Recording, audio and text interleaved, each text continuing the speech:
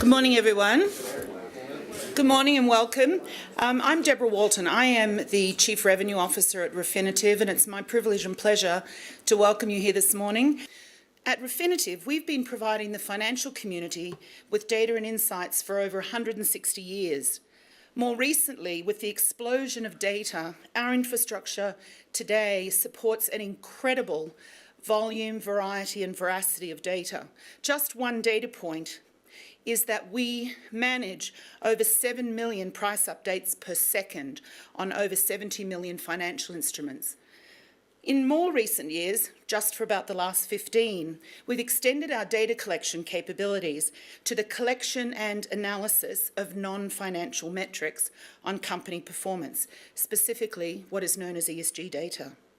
So the second interesting theme is sustainable leadership. Effectively, how we balance short-term performance pressures with the need to invest in a long-term future for the planet. We see this as being one of the most important and imperative challenges for today's business leaders. Over the last 2 years, we're particularly proud to have worked with WEF, leading a working group with members of the International Business Council to develop a measurement framework called the Sustainable Leadership Monitor, a tool which shows leaders their relative business performance based on over 450 ESG data points. The Sustainable Leadership Monitor, which is delivered via our ICON platform, empowers users to visualize trends in specific ESG criteria against their peers and inform decisions that are short-term and also long-term in nature as well. What would you say is most holding us back in terms of getting there? I mean, is it a lack of commitment, a lack of funds, a lack of tools? What would make the biggest difference? Yeah. It's pathway lock-in. You know, if we could start again tomorrow, we have the technology, the capabilities, the capital to do it right, actually.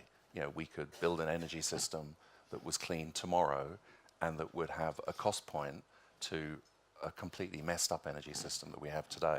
Our problem is now technological. For the first time in history, it's not technological. It's not a competency problem. It's not a capital lack problem. Actually, it's a very odd moment in history where it's purely a path dependency problem.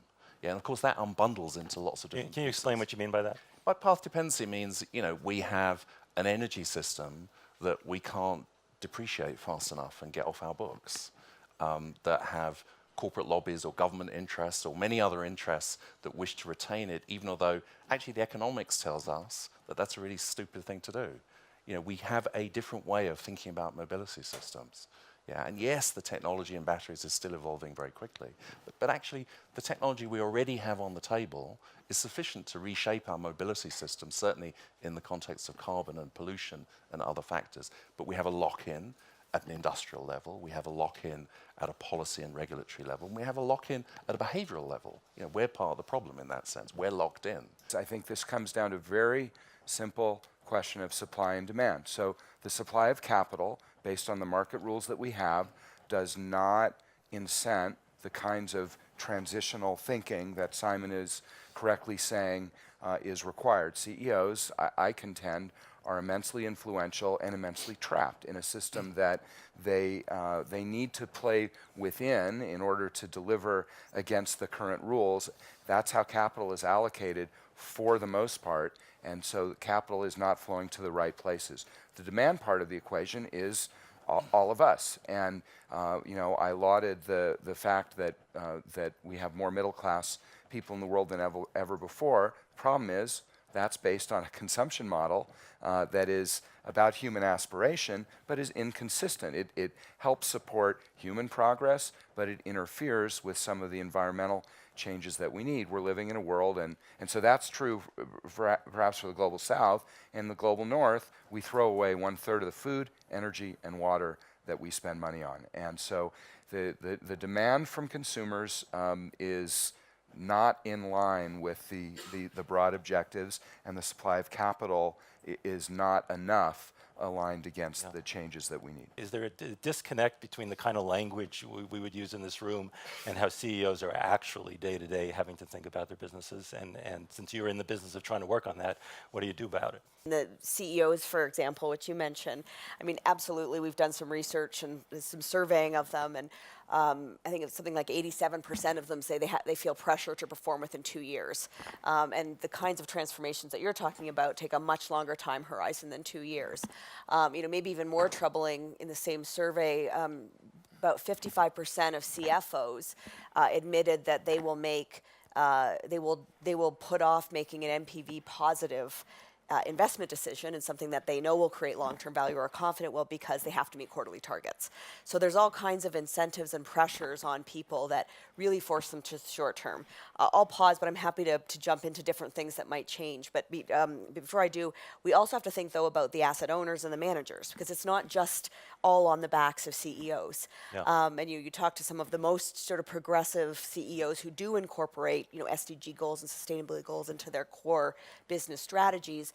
They need the support from the investment community, and that gets into pricing and all kinds of other things to be able to make some of those hard long-term investments. Yeah. So it's much broader than just CEOs. And we're segueing into what can we do better.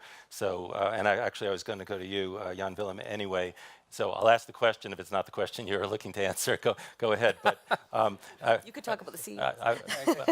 There's a lot of courage needed of CEOs to actually align their company to the long term, and you need a good vision. And I think I think at Philips we try to do that about 9 years ago, when we looked at ourselves and said, well, what is the relevance of our company in the global context, and are we still relevant? I mean, we are a 125-year-old health or company. We started out as a light bulb company, and now we're a health tech company. Transformed ourselves 6 times, and we'll probably have to reinvent ourselves much faster in the next decade to stay relevant. But if you're not asking yourself that question, and you're asking yourself the financial question, then you don't get to the next level where you say, okay, so then if we want to stay relevant, what are our core competences and assets that we actually can use to address a societal goal? Let's not forget, 65% of all the millennials working in corporates expect their company not to make money, but to be societally relevant. There's talk about the triple bottom line, having ESG basically as part of your balance sheet, and something that you're showing kind of in an integrated way. Does that particular suggestion make sense? So I don't know what the number is this year, but last year, I think 60% of all equity trades in the US had a high-frequency trader on one side. Yeah, and one's got to take that seriously, because it means that there's very little interest at that point. You can't pick that investor. That's not an investor you can choose. Yeah. It means that the likes of your work becomes very important. That if you have a set of financial and capital markets, that are profiting through a level of short-termism that we couldn't have even imagined a decade ago, that are increasingly profiting from trading with themselves, trading off volatility. And so for them, actually there's no type of reporting that's ever going to change their behavior. So on the one hand, reporting is critical. The construction of data for long-term investors is important. Nurturing their interest and building them as a community. Beginning to look at different kinds of corporate governance models and ownership models all begins to crowd in a longer view that takes externalities into account, not only as compliance issues, but also as potential value propositions. All true. And you've got to deal with a pathologically short-term system. And finance is the quintessential example of that. What's the role for scenario testing? What's the role for forecasting? And what kind of data is available? What type of tools are available to help us think forward in an unpredictable world?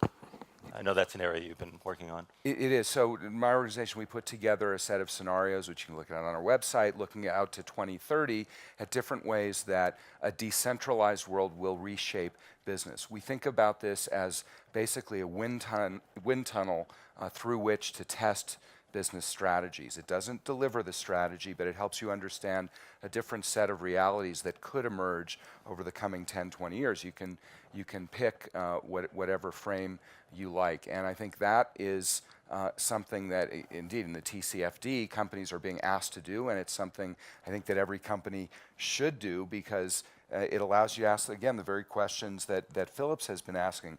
What business are we in? Are we meeting society's needs? Are we prepared to compete in a new world? How do we deliver value? All of these questions that are in essence existential questions, and if you don't understand the different kinds of conditions that you might experience over coming 5, 10, 20 years, you can't build an effective strategy.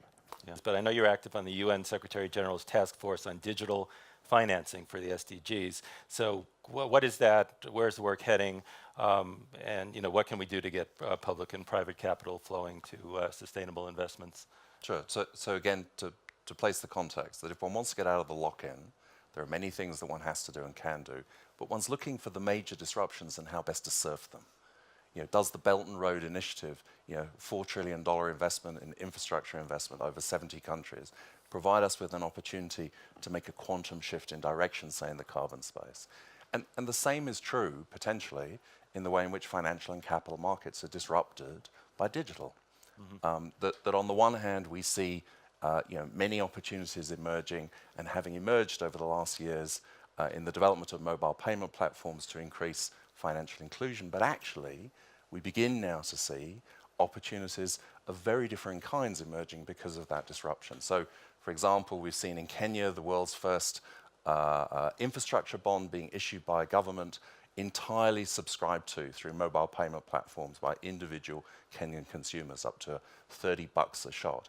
So you've got a breakdown between what historically was two separate, completely different worlds, which is a payments platform, and capital markets, and that has dramatic implications for the way in which one might mobilize domestic savings, particularly in countries that have very weak capital markets, for long-term investment objectives, so SDGs more broadly.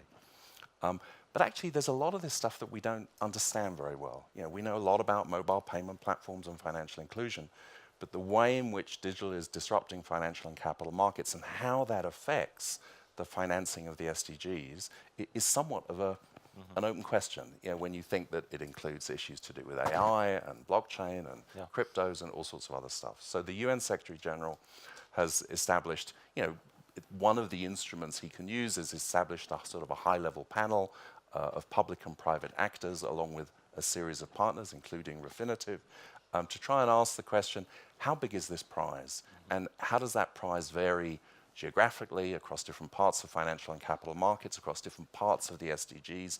What does it mean, this disruption, for the way in which we can surf the wave and really shift capital much more effectively and more quickly to supporting the SDGs?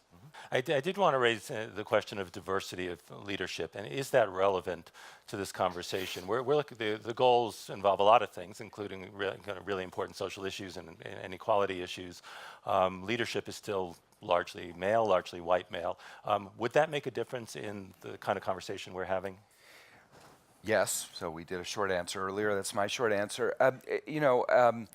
So one anecdote, I sat with the executive leadership of a large North American company in the immediate aftermath of the Me Too stories erupting, and a very well-intentioned, probably mid-40s white male asked very innocently, do we have an issue with sexual harassment in our company? The room was maybe 15 people, roughly 9 men, roughly 6 women. All 6 women rolled their eyes. So you have one reality experienced by one leader who is completely, and not for reasons of ill intent, completely oblivious to the reality of the women who worked inside this company. And so that's anecdotal, but I think you could probably multiply that example many times over. There's another point that I think is important, which goes to board governance, and diversity counts not only in terms of your gender, color of your skin, et cetera. If companies are going to navigate a fast-changing world, truly globalized economy, boards have to understand not only traditional measures of value, but new measures of value. Boards should have some perspective on, the lived experience of people right around the world, and right now I don't think boards have that. Somebody want to address the sort of the balance between responsibilities between government, corporations? Should private companies be more involved in this conversation? Just give us an overview, just in a minute or two. Yeah, so I don't think I agree with either of those. I don't think it's profit or it's policy. I mean, when you don't really want to solve your problem, you go and ask the government to solve it for you through policy. So take up your own responsibility. I think that's also what we're all about in Davos. But what you're looking at is that companies that want to do the right thing don't have the right framework to actually show to the rest of the world that they're doing the right thing. Capital wants to do the right thing, but they don't have the right metrics from the companies to reward you for that. And then in between are the accountants, who are, if you like, the default to the policymakers, because they write everything up and say, yes, it's true. So, okay, so what you've done is true, but I don't understand it. And so the accountants, in my way, are becoming the de facto alternative to policy. And that just like they came after the Depression. So they took over instead of regulation on policy. So if we're asking ourselves to figure out ourselves how we're going to change this and how we're going to give each other the tools that we can move the companies that are moving in the right direction and reward them for it, and the other ones let's stay behind, we need to get rid of the greenwashing. And we need to start standardizing this kind of stuff. Now, Ernst & Young and Deloitte and all the big four, they keep signing off on reports that are really BS, right? We have improved the lives of a couple of people, and by the way, we really made it messy for the rest of the world. I'm not saying that, yeah. So as an accountant, you know that, call their bluff. So this is an accurate report, and it's rubbish. It's irrelevant. So I think the power of accountants, they're always kind of silent in the back, right? Yeah. If you're not going to step up, the policy will step up. And is that really what you want? And I think in a global economy, do we really want 193 frameworks for how we do this right? No, I don't think that's an alternative. Yeah. So we got to figure this one out.